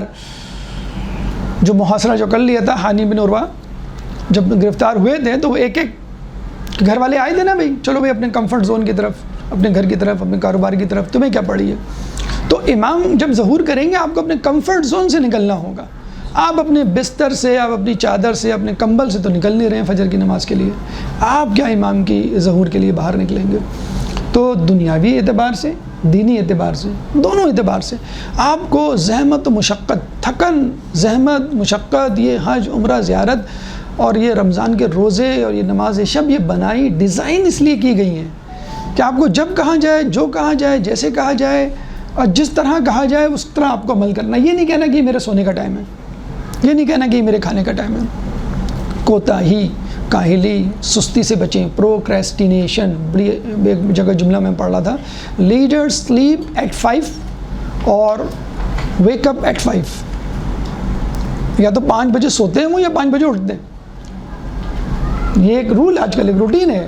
اگر آپ نائٹ رائڈر ہیں, آپ کو بہت شوق ہے, 5 بجے تک جائیے, فجر پڑھ کے آپ نماز شب سب کچھ پڑھ کے سوئیے. اور اگر آپ ارلی رائزر ہیں 5 بجے اٹھ جائیے. یہ تو میں مغرب کا مطلب فلسفہ بتا رہا ہوں. تو مغرب والے اس فلسفے پہ ہیں کہ ہمیں جلدی اٹھنا ہے, یا جسے کہتے ہیں محنت و مشقت کرنی ہے, اور ہم لوگ جو ہیں وہ سستی کاہلی کا شکار ہیں. ہم سمجھ رہے ہیں کہ اللہ ہمیں دے دے گا. اسرائیل کی لاکھوں کی آبادی ہے اور کروڑوں بلکہ اربوں پر حکومت کر رہا ہے. وہ کس وجہ سے؟ اپنی محنت کی وجہ سے, اپنی ٹیکنالوجی کی وجہ سے. ساری بڑی بڑی فرمیں یہودیوں کی ہیں. کیوں محنت کی ہے؟ اللہ سے للانسان الا ما سعى, کہ اللہ تعالیٰ انسان کو وہی کچھ دیتا ہے جس کی وہ کوشش کرتا ہے. والذین جاہدوا فینا لنہدیہم سبلنا. اللہ تعالیٰ ضرور کامیاب کرے گا ان لوگوں کو کہ جو اس کی راہ میں جہاد کریں گے. تو ایک مسلمانوں کے حوالے سے بھی آپ اس پر چشمہ کر سکتے ہیں اور ویسے بھی چشمہ کر سکتے ہیں کہ آدمی جس کے لیے محنت کرے گا اللہ اس کو دے دے گا. آپ نے نہیں محنت کی, آپ کو نہیں ملا, اس نے محنت کی, اس کو مل گیا. تو کوتاہی کا جو مرتکب ہوتا ہے, پروکریسٹینیشن کا جو مرتکب ہوتا ہے, سستی کاہلی کا, وہ ہمیشہ رنج و غم میں مبتلا رہتا ہے, ہاتھ بے ہاتھ درا بیٹھا رہتا ہے. ایک درود پڑھ دیں محمد والے محمد.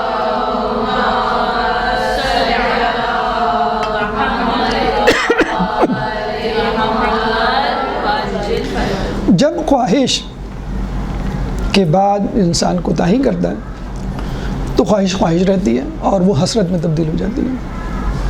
اگر خواہش کے بعد انسان کوتاہی نہ کرے تو وہ خواہش ارادے میں تبدیل ہو جاتی ہے, ارادہ عمل میں تبدیل ہو جاتا ہے, اور عمل انسان کو کامیابی کی طرف لے جاتا ہے. اگر ایسا نہ ہو تو پھر انسان حسرت اور اس کے ساتھ ساتھ حسد. تیسری چیز, تیسری وجہ جو انسان کو رنج و غم میں مبتلا کرتی ہے, حسد. پہلے تو حدیث سن لیجئے, مولا کی بہت خوبصورت حدیث, پروفائل ہے یہ حدیث پروفائل ہے, سی وی ہے کس کا؟ حاسد کا. مولا فرماتے ہیں کہ میں نے حاسد سے بڑھ کر مظلوم سے ملتا جلتا ظالم نہیں دیکھا کہ جس کو اس کے حسد نے, پریشان دل نے اور رنج و غم نے گھیرا ہوا ہو. پورا پروفائل حاسد کا مولانا نے بیان کر دیا. میں نے حاسد سے بڑھ کر مظلوم سے ملتا جلتا ظالم نہیں دیکھا جس کو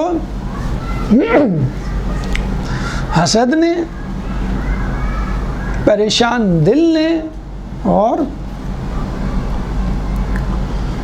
رنج و غم نے نہ گھیرا ہوا ہو. حاسد, ظالم, مظلوم. ایک حاسد ظالم بھی ہوتا ہے, مظلوم بھی ہوتا ہے. مظلوم سے ملتا جلتا ظالم. کیوں؟ اچھا حسد ظلم ہے. اچھا ظلم یہ نہیں ہوتا ہے ہنٹر تازیانہ تلوار لے کے آپ کسی کو مارے. ظلم یہ ہوتا ہے کہ آپ گناہ کریں, کہ اللہ نے کہا یہ غلط ہے, آپ کہہ رہے ہیں میں کروں گا. ظلم یہ ہے کہ آپ نیکی نہ کریں, اللہ نے کہا یہ واجب ہے, آپ کہیں گے میں نہیں کروں گا. تو آپ نے بہت سی جگہوں پہ قرآن میں گناہ گاروں کو ظالمین کہہ کے پکارا ہے. تو حسد کرنے والا ظالم تو ہوتا ہے، یہ تو بات سمجھ میں آ گئی. مظلوم کیسے ہوتا ہے؟ وہ اس طرح ہوتا ہے. مظلوم کون ہوتا ہے؟ جو پریشان ہو، مبتلا ہو کسی مصیبت میں، غمزدہ ہو. تو حاسد غمزدہ ہی تو رہتا ہے ہر وقت، دوسروں کو دیکھ دیکھ کے، دوسروں کی ترقی دیکھ کے، دوسروں کی خوشحالی دیکھ کے، دوسروں کی مقبولیت شہرت دیکھ کر. حسد کیا ہے؟ کسی دوسرے کی نعمت کے زائل ہونے پر خوشی کا اظہار یا خوش ہونا. ان کا موبائل چوری ہو گیا، اچھا وہ چوری ہو گیا، ہر وقت ہاتھ میں رکھتی تھی، ٹائم پوچھو تو موبائل دیکھ کے بتا رہی ہیں، موسم کا حال پوچھو تو موبائل دیکھ کے بتا رہی ہیں، جو کچھ پوچھو تو اسکرول کر کے آگے پیچھے بتا رہی ہیں. اچھا وہ چوری ہو گیا. بہت ایک صاحب نے ہمیں ہنستے ہوئے بتایا، وہ صاحب جمعے کی نماز پڑھنے گئے تھے، ہمارے پڑوسی، ان کی گاڑی چوری ہو گئی. تو میں نے کہا آپ اس طرح بتا رہے ہیں؟ کہ پتہ نہیں کیوں دوسروں کی مصیبت میں بعض خود بڑی خوشی ہوتی ہے اور مجھے بڑی خوشی ہو رہی ہے. ایسے ایسے حاصل جسے کہتے ہیں کہ دنیا میں ہم نے خود اپنے گناہ گار آنکھوں سے سنا. ہم نے کہا عجیب آدمی آپ. تو حاسد خوش ہوتا ہے دوسروں کی نعمتوں کے زائل ہونے پر، اور حاسد کڑھتا ہے جب اس کو آگے بڑھتا ہوا دیکھتا ہے. اگر آپ تاریخ میں نگاہ ڈالیں تو یہ تاریخ میں اتنے بڑے دھارے آئے ہیں، رخ موڑا ہے، صفحہ پلٹے گئے ہیں صفحات تاریخ کے. یو ٹرن، لیفٹ اور رائٹ ٹرن جو تاریخ نے لیا ہے وہ حاسدین کی وجہ سے. قابیل پہلا حاسد، حابیل کو قتل کیا. کہتے ہیں کہ اگر کوئی بھائی کہہ رہا ہے تو یہ نہ دیکھو، خوش مت ہو جاؤ، پوچھو تم حابیل ہو کہ قابیل ہو، بھائی تو ہو. تو قابیل نے قتل کیا اس وجہ سے کہ حابیل کو کیوں خلافت دے دی گئی. سامری بہت متقی پرہیزگار شخص تھا، یعقوب علیہ السلام کا پوتا تھا، کزن تھا موسیٰ کا. کیوں حاسد بن گیا؟ کیونکہ ہارون کو خلافت مل گئی. اس نے کہا ٹھیک ہے اب میں اپنا دین اور مذہب بناؤں گا، اور میں خود 6 لاکھ لوگوں میں سے 5.5 لاکھ لوگوں کو اس نے منحرف اور گمراہ کیا تھا. 6 لاکھ جو کہ دریائے نیل عبور کر کے آئے تھے. حضرت موسیٰ علیہ السلام کی ساری یا زیادہ محنت پہ پانی پھیر دیا تھا بیچارے اس ملعون شخص نے. بیچارے موسیٰ جب واپس آئے پہاڑ سے تو 6 لاکھ میں سے 5.5 لاکھ بچڑے کو خدا بنا کے بیٹھے ہوئے تھے. سامری کی کتنی لعنت ملامت ہم کرتے ہیں. متقی پرہیزگار شخص تھا یہ حضرت شیطان متقی پرہیزگار شخص تھے. سجدہ کرنے سے پہلے جب سجدے سے انکار کیا تو اللہ نے کہا راندہ درگاہ ابا واستکبر وکانا من الکافرین، ظالمین منی کافرین. اس نے استکبار کیا. استکبار کرنے کے بعد وہ حسد ہی میں تو مبتلا ہوا. پہلے تو وہ تکبر کرتا رہا کہ میں بڑا ہوں، میں بڑا ہوں، میں بڑا ہوں. جب اس کو پتہ چل گیا کہ نہیں میں تو نہیں بڑا ہوں، حقیقت میں تو واقعی میں یہ بڑے ہیں، آدم علیہ السلام ہی بڑے، تو پھر وہ حسد میں مبتلا ہو گیا کہ میں آدم کی اولاد کو نہیں چھوڑوں گا. اور یہ اب تک کا حسد ہے جو چلا آ رہا ہے. ابو جہل سے کہا گیا کہ رسول کے پاس یہ ہے، یہ ہے، یہ ہے، تمام صفات ہیں، تم ان کو نبی کیوں نہیں مانتے؟ تو ابو جہل نے کہا میں مانتا ہوں نبی، لیکن اقرار کبھی نہیں کروں گا، کیونکہ ہمارا قبیلہ اور ان کا قبیلہ ہر جہت سے برابر ہے. نبوت بنی ہاشم میں کیوں آئی؟ قبیلے کا حسد اس کو لے ڈوبا.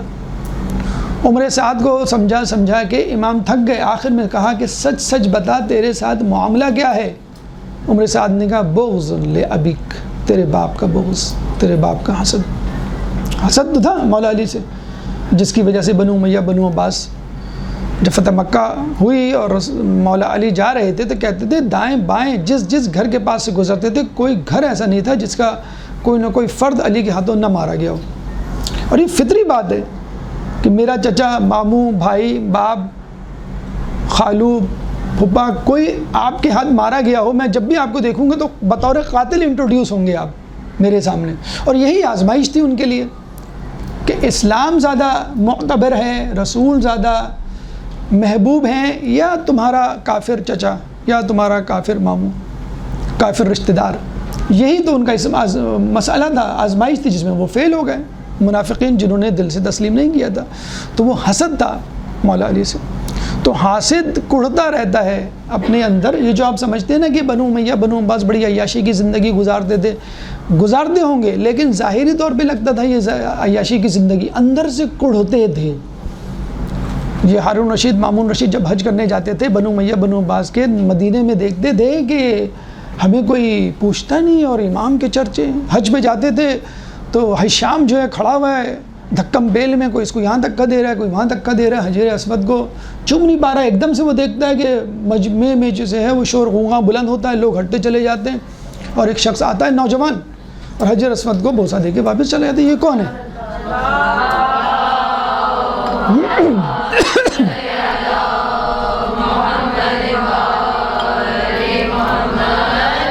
یہ حسد تھا بنو امیہ بنو عباس کا, اندر سے اندر ہی اندر کو, بظاہر زرق برق لباس, بظاہر لذیذ کھانے, بظاہر ان کے چیلے چاٹے ہواری, لیکن اندر سے پریشان. بیٹا باپ کو قتل کر دیتا ہے, بھائی بھائی سے دشمنی مول لیتا ہے. ہارون رشید مامون رشید اور جتنے بھی ہیں آپ لوگوں کے تو آپس میں حسد ہیں, مطلب باپ بیٹے کے بھائی بھائی کے آپس میں حسد ہے, جس کی وجہ سے وہ لوگ ایک دوسرے کے دشمن ہو گئے. کہتے ہیں نا ان کا آدھا وقت سازشیں کرنے میں گزرتا تھا, آدھا وقت سازشوں سے لڑنے میں گزرتا تھا, جو ہم اپنی حکومت کے حوالے سے بھی کہتے ہیں پاکستان کی پالیٹکس سے. آدھا وقت ان کا جو ہے وہ اپوزیشن سے لڑنے میں گزرتا ہے, سازشوں کو ٹیکل کرنے میں, اور آدھا وقت سازشیں بنانے میں گزرتا ہے. تو یہ عام عوام کی خوشحالی اور ترقی کے لیے کیا سوچیں گے؟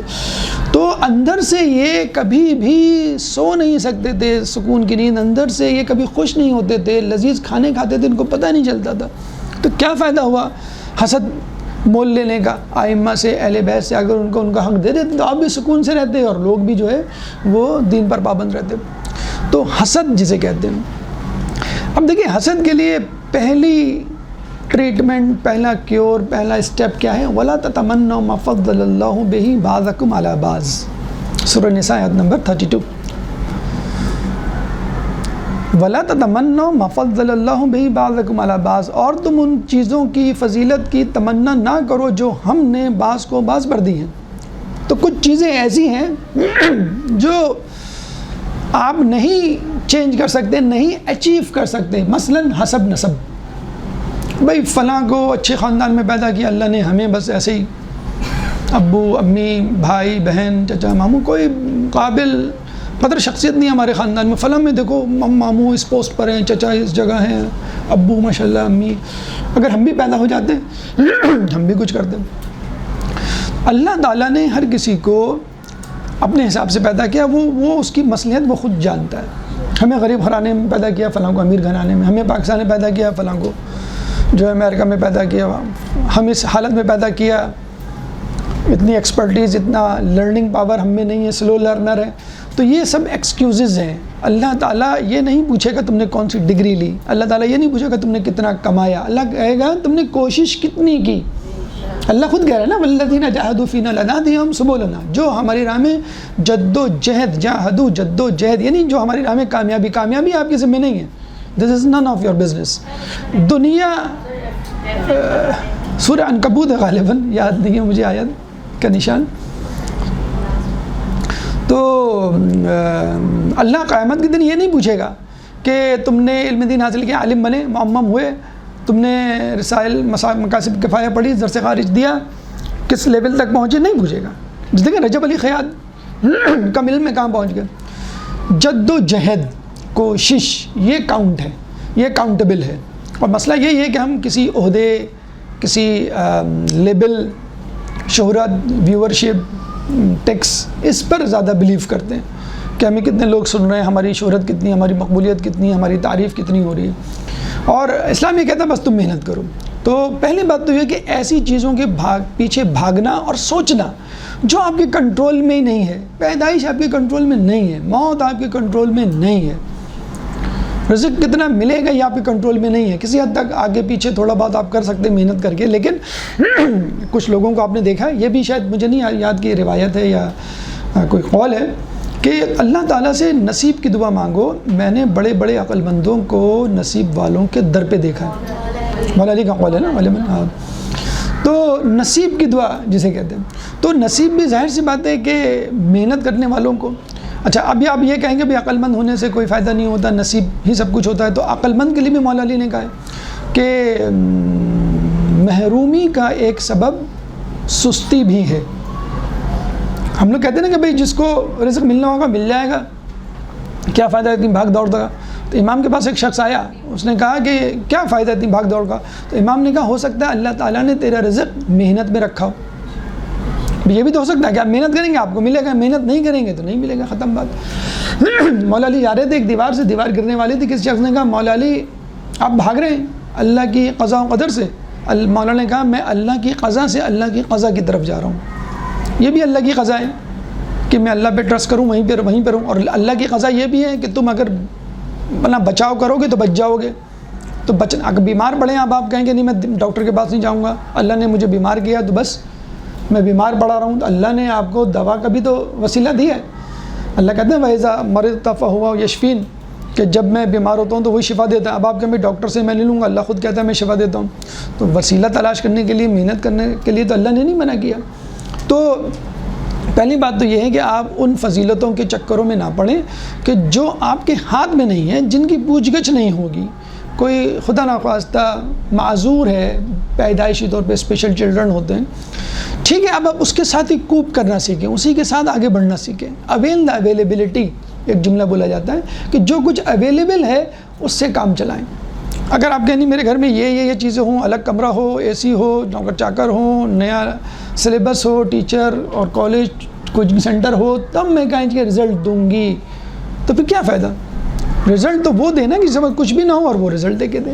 اور ہر کسی کے پاس اللہ نے اگر آپ دیکھیں کچھ نہ کوئی ایج رکھا ہوا ہوتا ہے کہ اگر فلاں کے پاس یہ خوبی ہے تو اس کے ساتھ کوئی خامی بھی ہوگی، پرابلم بھی ہوگی. اور آپ کے ساتھ اگر کوئی خامی ہے تو آپ تلاش کریں، آپ کو بھی خوبی نظر آ جائے گی. تو حسد میں پہلی بات تو یہ کہ ان چیزوں کے پیچھے نہ پڑیں جو آپ کے ہاتھ میں نہیں ہے، نمبر 1. نمبر 2، بڑا اچھا جملہ بولا جاتا ہے if you can not beat them join them. اگر آپ کسی کو ہرا نہیں سکتے تو اس کو جوائن کر لیں. جوائن کیا کر لیں؟ آپ اس سے پوچھیں کہ آپ نے یہ مقام کیسے حاصل کیا، آپ یہاں تک کیسے پہنچے، آپ کیسے کامیاب ہوئے. بجائے حسد کرنے کے. خاندانوں میں ہوتے ہیں 2 کزنس ہیں، ایک آگے نکل گیا ایک پیچھے رہ گیا. 2 بھائی ہیں، 2 رشتہ دار ہیں، 2 دوست ہیں، ایک آگے نکل گیا ایک پیچھے رہ گیا ہے. ایک لڑکے کو جاب ملی، اس نے جاب پکڑی، اپنے محلے میں جو جیسے کہتے ہیں نا اسی کے ساتھ گھومتا پھرتا تھا اس کو بھی لگا لیا 1 ہفتے کے فرق سے.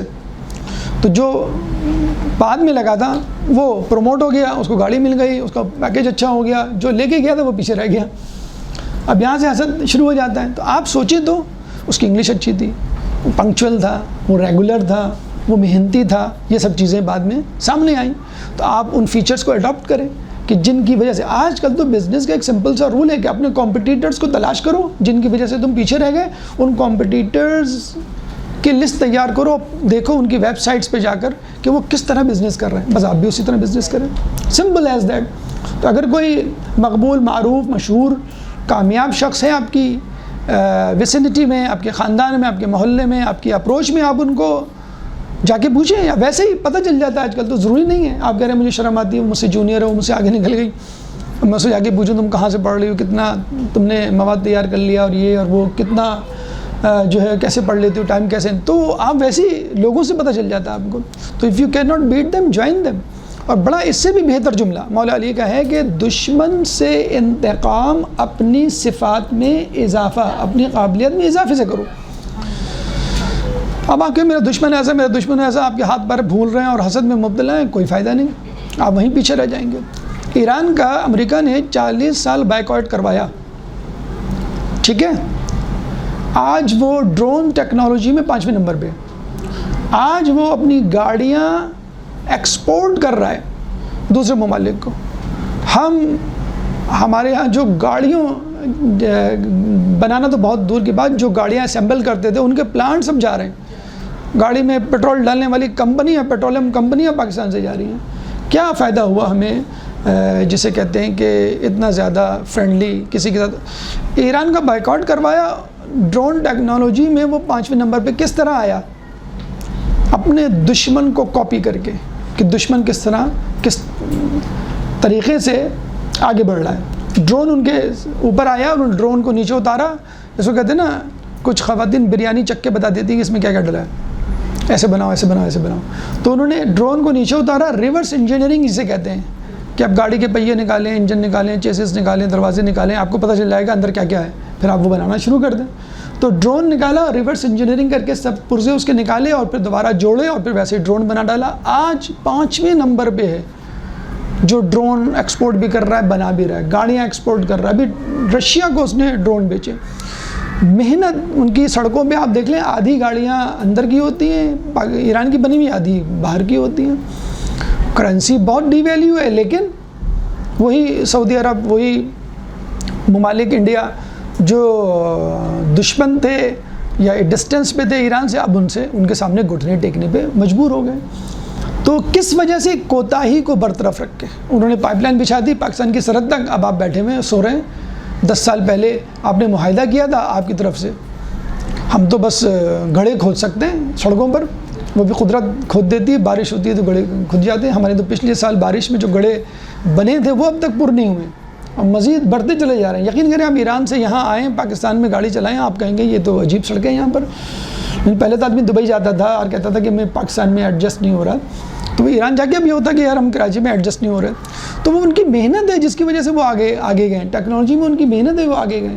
تو آپ انفرادی، اچھا میں اس کا مطلب یہ نہیں کہ اب آپ فرسٹریٹ ہو کے ڈپریس ہو کے بیٹھ جائیں. امیزون پہ ملینز سیلرز ہیں، دنیا میں تقریباً 200 کنٹریز ہیں. پاکستان کس نمبر پہ ہے؟ نمبر 5. امریکہ، انگلینڈ، کینیڈا، چائنا، پاکستان. تو اس کا مطلب ہے کہ پاکستان میں ٹیلنٹ ہے اور پرائیویٹ طور پہ لوگ محنت کر رہے ہیں. وہ ٹھیک ہے کہ حکومتی لیول پہ ان کی سرپرستی نہیں ہے، لیکن اس کا مطلب ہے اللہ تعالیٰ نے ابھی بھی جو ہے وہ آپ سے امید باندھی ہوئی ہے اور عدل اس کا ابھی بھی موجود ہے. ہم کہتے ہیں کہ پاکستان کے حالات ٹھیک نہیں ہیں، بے روزگار ہیں. یہ تو انشاءاللہ کبھی ہوا تو پورا لیکچر میں آپ کو دوں گا کہ خصوصی طور پہ خواتین کیسے پیسے کما سکتی ہیں. تو ہم جو رو رہے ہیں کہ بے روزگاری ہے، مہنگائی ہے، یہ کوئی مسئلہ ہی نہیں. یقین کریے اگر آج کل کے دور میں کوئی کہتا ہے نا کہ میں غریب ہوں تو میں کہوں گا وہ احمق ہے یا کاہل ہے. بس دو میں سے کوئی چیز ہے، یہ بے وقوفی ہے. آج کل کی دنیا میں اس وقت کوئی یہ کہے نا کہ میرے پاس پیسے نہیں ہیں، میں پیسہ نہیں کما پا رہی. لڑکوں کی دور کی بات ہے، میں تو خواتین کی بات کر رہا ہوں. میں 16 سال اور 18 سال کے لڑکوں کی بات کر رہا ہوں. یہ تک پیسے بنا سکتے ہیں. لاکھ روپیہ، 2 لاکھ روپیہ کوئی مسئلہ ہی نہیں ہے اس وقت کمانا. E commerce, digital marketing. پہلے خواتین کے لیے ٹینشن تھی، ہم گھر سے باہر نہیں نکل سکتے، ابو اجازت نہیں دیتے، بھائی نہیں اجازت دیتے، سفر کا مسئلہ ہوتے ہیں، پھر عجیب قسم کے لوگ ہوتے ہیں، پھر آفس میں ماحول. Do the hell with. اللہ نے اتنا اچھا آپ کو ورک فرام ہوم کا ایک وہ پکڑا دیا ہے کہ آپ گھر بیٹھ کے، یقین کریں گھر بیٹھ کے آپ کو ٹانگیں ہلانے کی ضرورت نہیں ہے کہیں آنے جانے کی، انگلیاں ہلائیں بس. اب وہی موبائل جس پہ آپ دن بھر بیٹھے رہتے ہیں، فیس بک، انٹرنیٹ، اسی فیس بک، انٹرنیٹ، ٹک ٹاک، انسٹاگرام، لنکڈ ان، انہی سے ہی آپ پیسے کمائیں. اور گھر بیٹھ کے آپ کو اپنی فوٹو نہیں دینی، آپ کو کوئی آپ کو کسی سے کمیونیکیٹ نہیں کرنی ہے، صرف ایک چیٹ کرنی ہوتی ہے. سوال جواب جو ہو رہے ہوتے ہیں زیادہ سے زیادہ وہ کرنا ہوتا ہے، بعض اوقات وہ بھی نہیں کرنا ہوتا. تو میں تو برملا کہتا ہوں کہ 18 سال کا لڑکا اگر امی ابو سے پیسے مانگ رہا ہے تو بہت برا کر رہا ہے. میرے حساب سے ایسے لڑکوں کا وجود ختم ہو جانا چاہیے. ہم تو اپنے زمانے میں 18 سال کی عمر میں ٹیوشن کر کے پیسے کماتے تھے اور کوشش کرتے تھے اپنے ماں باپ سے نہ لیں. لیکن اس وقت فقط پاکٹ منی نہیں، آپ اپنی گاڑی خرید سکتے ہیں، آپ ایک مکان کا کرایہ یوٹیلیٹی بل دے سکتے ہیں اگر آپ تھوڑا سا کوشش کریں. یوٹیوب پہ الٹی سیدھی چیزیں دیکھنے کے بجائے ارننگ منی اس پہ آپ لکھ دیں، ڈیجیٹل مارکیٹنگ لکھ دیں، ای کامرس لکھ دیں. خواتین اچھا ایج لمٹ نہیں ہے، کوئی ڈگری کی ایشو نہیں ہے، کوئی لرننگ اسکل نہیں ہے کہ ڈاکٹر انجینئر کامرس کرنے کے لیے آپ کو 4 سال چاہیے. 6 مہینے، بعض فیلڈ میں 6 مہینے بھی نہیں چاہیے ہوتے، ایک مہینے میں آپ کام سیکھ لیتے ہیں اور 1 مہینے بعد آپ شروع ہو جاتے ہیں. یوٹیوب پہ موجود ہیں بہت سارے سافٹ ویئر ہاؤسز کراچی میں کھل گئے ہیں.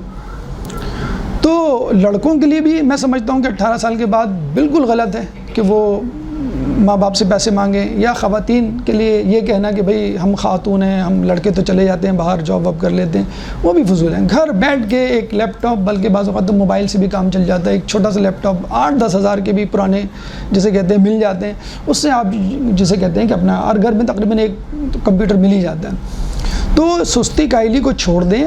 غربت بہت واضح طور پہ، واشکاف طور پہ میں کہوں گا کہ غربت بعض اوقات آپ کے عقیدے کو بگاڑ دیتی ہے. غربت آپ کو پریشانی میں ڈال دیتی ہے. ایک آدمی جملہ آپ کو کہہ دینا کہ تم مدرسوں کے اور اس کے چکر میں پڑ گئے تو یہ جو ڈگری ہے, یہ جو کورس ہے, یہ جو جاب ہے, اس سے بھی جاؤ گے. تو یہ چیز جو ہے نا, گھر بیٹھ کے ورک فرام ہوم, یہ آپ کو دونوں کاموں میں, ابھی مجھے کہا گیا ہے کہ بچوں کی کلاس میں بھی جا کے لیکچر دینا, وہ یہی میں دینے جا رہا ہوں. تو یہ آپ کے لیے بھی ہے جو کم وقت میں کمانا چاہتے ہیں, جو گھر بیٹھ کے کمانا چاہتے ہیں. آپ اپنی معاشی حالت سدھار لیں. جب پیٹ, مولا علی کا یہ قول ہے نا کہ اگر فقر کوئی شخص ہوتا تو میں اس کو قتل کر دیتا. فقر کوئی شخص ہوتا تو اتنی بری چیز ہے جو انسان کو کفر کے قریب لے جاتی ہے. آدمی اپنا قاضی شرح اور ان کے ہم جو حالات پڑھتے ہیں, ٹھیک ہے ہم قاضی شرح نہیں ہیں, لیکن چھوٹا سا شیطان تو اندر بیٹھا ہوا ہے نا, جو انعام کی لالچ میں, شہرت کی لالچ میں, پیسے کی لالچ میں بعض اوقات ہم واجبات کو چھوڑنے پہ مجبور ہو جاتے ہیں یا غفلت برتتے ہیں. تو وہ کم از کم نہیں بدلیں گے. اور اپنے باس آپ خود ہوں گے. آپ رولز ریگولیشن کے پابند نہیں ہوں گے, آپ ٹائمنگ کے پابند نہیں ہوں گے, آپ جو ہے پسند ناپسند کے پابند نہیں ہوں گے. تو کوتاہی سے جان چھڑائیں, دنیاوی طور پہ بھی ایکٹیو بنیں. اسلام غلبے کے لیے آیا ہے, اگر غلبے کے لیے نہیں آتا تو آخری حجت کو اسلامی حکومت کے قیام کے لیے یا اس کی خوشخبری کے لیے ہمیں نہیں تیار کیا جاتا کہ آپ جو ہے آخری معرکے کے لیے تیار ہوں. تو دونوں حوالے سے کوتاہی بری ہے, دین اور دنیا. درود پڑھ دے محمد والے محمد.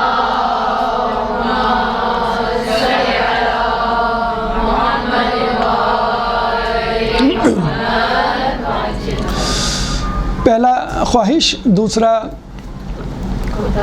کوتاہی, اور تیسرا حسد. تو حسد اور کوتاہی تقریباً ملتے جلتے. اب آگے چلیں. ناراضگی.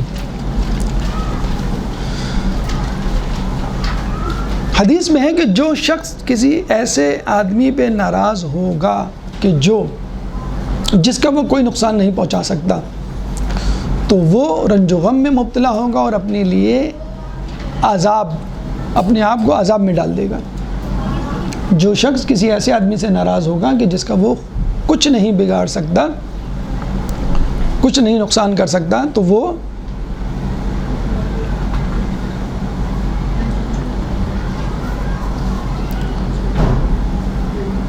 رنج و غم میں مبتلا ہوگا اور اپنے آپ کو عذاب میں ڈال دے گا. یہ حقیقت ہے. حکومتی افراد یا سرکاری محکمے اس کی بہترین مثال ہے. اب کہاں بھائی حکومت یہ نہیں کرنی دے رہی, حکومت یہ نہیں کرنی دے رہی, سرکاری طور پہ یہ مسائل ہیں, وہ مسائل ہیں. تو ٹھیک ہے, وہ تو رہیں گے. آپ اپنے طور پہ کیا کر سکتے ہیں؟ آپ جسے کہتے ہیں نا کہ پانی بنیے, پانی کے آگے اگر کوئی چٹان, کوئی پتھر آ جاتا ہے, کوئی رکاوٹ آ جاتی ہے, تو پانی وہاں کھڑا نہیں رہتا. پانی اپنا راستہ لیفٹ یا رائٹ جہاں بھی اس کو ملتا ہے وہ راستہ بنا لیتا ہے. ٹریفک جام ہو جاتا ہے. اب آپ کہتے ہیں ٹریفک جام ہو گیا, میں کیا کروں؟ گاڑی بند کر کے آپ بیٹھ جاتے ہیں.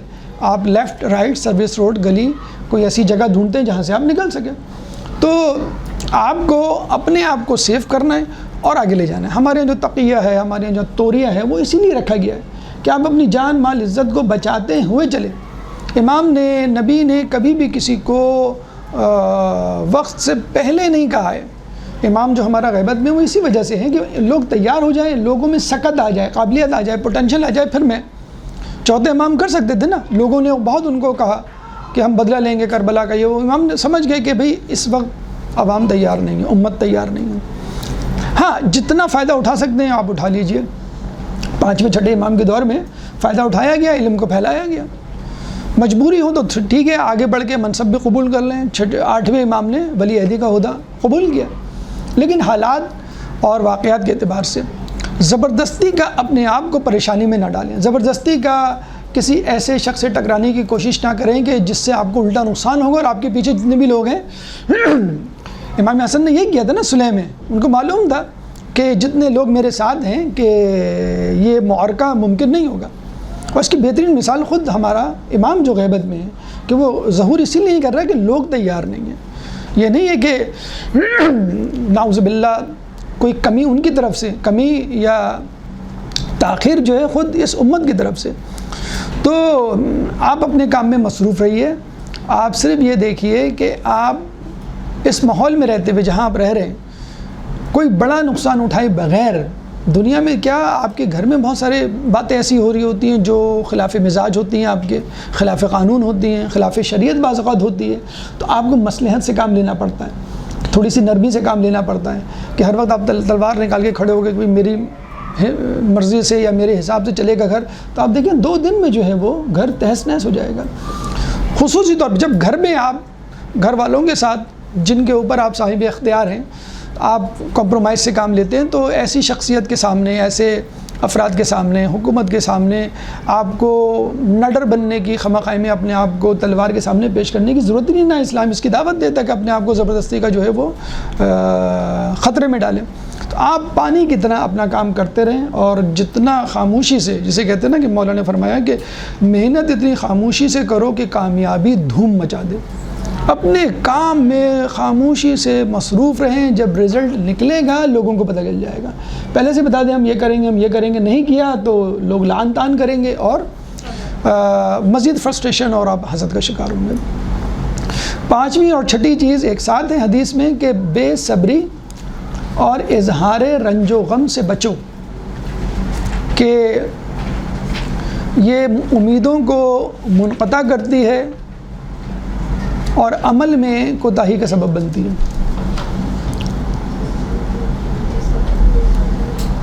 بے صبری اور اظہار رنج و غم سے بچوں کی امیدوں کو منقطع کرتی ہے اور عمل میں کمی کرتی ہے اور دکھ درد کا سبب بنتی ہے۔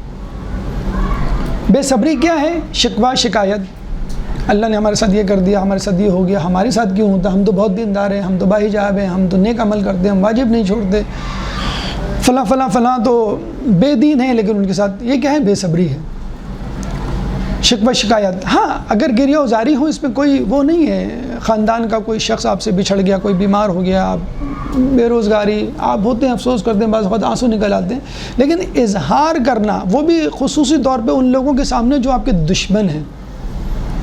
کوئی بری بات، کوئی حادثہ ہو جاتا ہے آپ کسی کے سامنے، ہم نے کہا نا وہ جو گاڑی چوری ہو گئی وہ ہنس کے بتا رہے ہیں، تو ایسے لوگ بھی ہوتے ہیں۔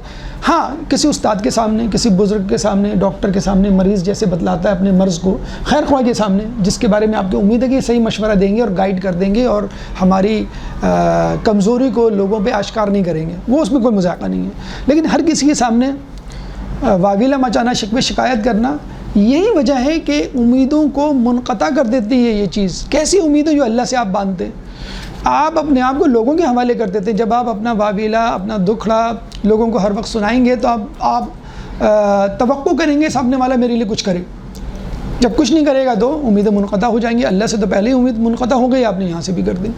اور عمل میں کوتاہی کہ چلو بھائی میں نے ان سے اپنی غربت کا رونا رو لیا، یہ میرے لیے کچھ کر دیں گے تو اب میں کچھ نہ کروں، کوئی جاب نہ کروں، یہ تو انشاءاللہ میرے لیے کچھ نہ کچھ، تو وہ آدمی بے عمل ہو کے بیٹھ جاتا ہے، پھر بعد میں جو ہے وہ دکھ درد کا سبب بنتا ہے۔ تو یہ دونوں چیزیں اگر آپ نہ کریں، یعنی بے صبری کا مظاہرہ نہ کریں، بے صبری یعنی رونا دھونا نہیں، یعنی شکوہ شکایت زبان پہ لانا، اور اظہار رنج و غم، کہتے ہیں کہ جو لوگوں کے سامنے جیسا بن کر آتا ہے اللہ پھر اس کو ویسے ہی بنا دیتا ہے۔ آپ نے دیکھا ہوگا لوگ بعض اوقات مثلاً فقر و فاقے کا بڑا رونا روتے ہیں، بھی ہمارا تو گزارا نہیں ہوتا، ہمارا یہ نہیں ہوتا، حالانکہ بہت اچھا کام ہم سب کچھ چل رہا ہوتا ہے، تو اللہ ان کو پھر ہمیشہ مقروض ہی رکھتا ہے۔ آپ جیسا بن کے دکھائیں گے، اس کو ہم کہتے ہیں رول ایکسپیکٹیشن، سائیکیٹری میں کہا جاتا ہے کہ آپ جیسے لوگوں کے سامنے آئیں گے پھر لوگ ویسے ہی ایکسپیکٹ کریں گے۔ اگر آپ نے دکھڑا رویا تو دوسری ملاقات میں آپ سے وہی پوچھا جائے گا، ٹو بی کنٹینیوڈ، کہ بھئی کیا ہوا، وہ آپ کہہ رہے تھے کہ یہ مسئلہ ہو گیا، وہ مسئلہ ہو گیا، پھر آپ کے زخم ہرے ہوں گے، آپ پھر دوبارہ وہی کام شروع کر دیں گے۔ تو یہ 6 چیزیں ہم نے انشاءاللہ آپ کے سامنے بیان کی ہیں، 6 مزید چیزیں ہیں۔ کوشش تو یہ تھی کہ آج ختم کر دیں، لیکن میرے خیال میں ٹائم پورا ہو گیا، تو باقی چیزیں انشاءاللہ ہم اگلے درس میں آپ کے سامنے بیان کریں گے۔ اللہ تعالیٰ سے دعا ہے کہ جو کچھ پڑھا سنا اس پہ عمل کرنے کی توفیق عطا فرما، اور ہم تمام لوگوں کو ڈپریشن، خوف اور پریشانی اور ہر قسم کی جملہ امراض سے محفوظ رکھ۔ جو بے روزگار ہیں ان کو رزق حلال عطا فرما، جو رزق حلال کما رہے ہیں ان کے رزق حلال میں برکت عطا فرما، جو مسافر ہیں ان کو منزل عطا فرما، جو گمشدہ ان کو ان کے پیاروں سے ملا، جو زندان میں ان کو رہائی عطا فرما، جو مقروض ہیں ان کے قرضوں کو ادا فرما، امام کے ظہور میں تعجیل فرما، ہمیں ان کے انصار و اعوان میں شامل فرما۔ ربنا تقبل منا انک انت السمیع العلیم وتب علینا انک انت التواب الرحیم برحمتک یا ارحم الراحمین۔